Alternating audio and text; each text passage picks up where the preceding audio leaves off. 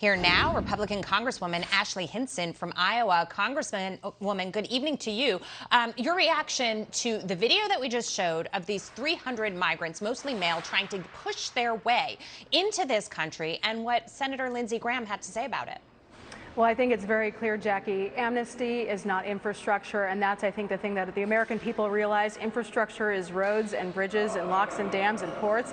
It's not allowing this surge across the border, and that's what we've seen as the Biden administration continues to turn a blind eye. That's exactly what we saw with this group of 300 just yesterday, and I think it just compounds the point that they have ignored the crisis at our border. More than 188,000 illegal immigrants crossed our border in the month of June. That's about 50,000 people more than the city of Cedar Rapids, the largest city in my district, in Iowa's 1st District. So I think it clearly sends the message that the Biden administration is tone deaf to the situation at the border.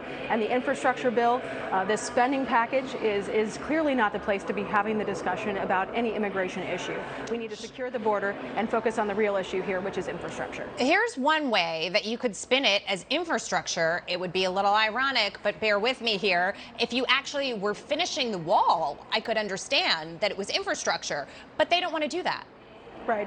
Again, this is sneaking a policy into what should be a bill that's focused on infrastructure spending. And amnesty is not the place for this bill to be discussed. And that's where I think when you look at the priorities for the Democrats in Congress here who are having these discussions, it's very clear. They've turned on the spending spigot. They've opened the borders, and that's what they want. And I don't understand, when you're seeing record inflation like we're seeing in this country right now, the highest in 13 years, what universe they're living in that they think open borders and spending more money is the answer to our problems at the border. So again, we're offering solutions. Our Republican conference is offering solutions.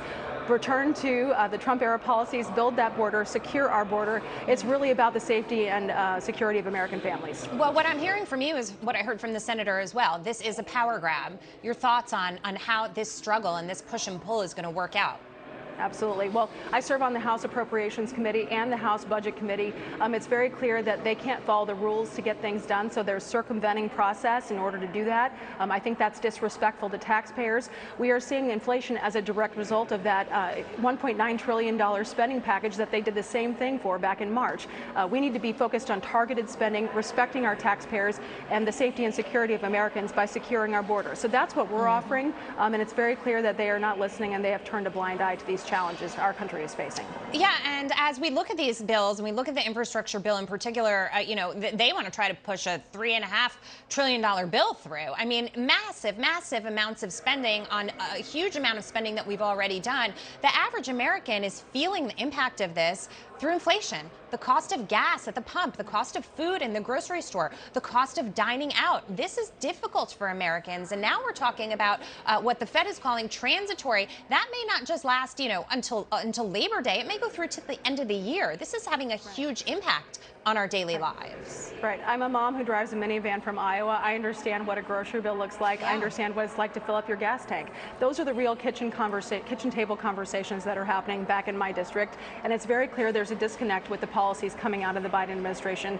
and Nancy Pelosi and the Democrats in Congress. So again, we're trying to insert some Iowa common sense into this conversation, focus on how we can fix these problems that our country is facing, which is returning to securing our border, continuing the border wall, giving CBP and ICE the funding they need to be able to actually enforce our border laws, which the Democrats last week in appropriations tried to defund them and cut their budgets. Again, this is a complete alternative universe that they're living in if they think these are the solutions to our problems. So again, we need targeted and reined in spending. We need to make sure our border is safe and secure. This is an issue that's affecting all families in this country right now. Congresswoman, real quick, Kamala Harris, she's been tasked to be in charge here, essentially having done nothing about it. Your thoughts on the vice president and if you had to grade her performance here? Yeah. The vice president gets an F from me. I called on her to visit the border months ago. I actually introduced a piece of legislation called the See the Crisis Act, which would have defunded Air Force Two until she actually went to see the border. We know now that they continue to turn a blind eye to what's happening at the border. She, in fact, laughed when she was asked about it. This is not a laughing matter. This, again, is an issue that's really about the safety and security. Every state's a border state, and that's what I'm focused on. So it's time we hold them accountable for these poor policy decisions. This is a direct result of the Biden administration policies, and I look forward to asking continued questions about why these problems continue to go unanswered. Congresswoman, thank you so much for your time tonight and your insight. Thank you, Jackie.